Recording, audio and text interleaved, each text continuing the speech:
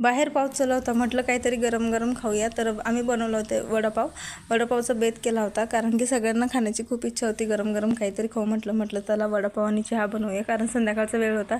तर आम्ही इथं वडापाव बनवले होते आणि आमचे वडापाव खाणं चालू होते. वडापाव वगैरे खाऊन झाला, त्यानंतर म्हटलं गरम गरम चहा घेऊया. तर बघा आम्ही इथं चहा पण चालू होती, कारण की बाहेर पाऊस चालू असलं ना, असं काही ना काहीतरी आवडतंच चटपटीत.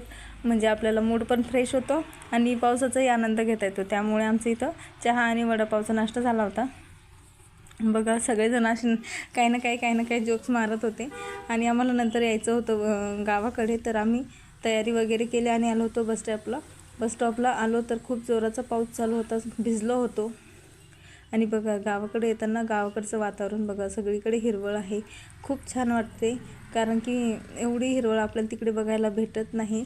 आणि इकडचं एकदम कसं हवा फ्रेश असते, मूड पण फ्रेश होऊन जातो. आम्ही बसमध्ये बसलो होतो आणि गावाकडे, कारण रात्री बसलो तर आम्ही पोचलो होतो सकाळी.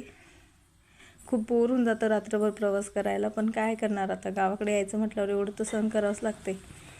तर बघा इथं बसमध्ये वॉमिटिंग पण खूप होत होते. टॅबलेट घेतली वॉमिटिंगची, तरी काही वॉमिटिंग थांबत नाही. त्यानंतर पोचलो होतो आम्ही इथं येऊन. आणि बघा इथं भेटली होती मॅगी, सम्राट आणि आर्या. आल्यानंतर फ्रेश वगैरे झाले, ब्रश वगैरे केले आणि लगेच आम्ही इथं नाश्ता करत होतो. नाश्त्यामध्ये बनवलेला होता ढोकळा आणि पराठा होता.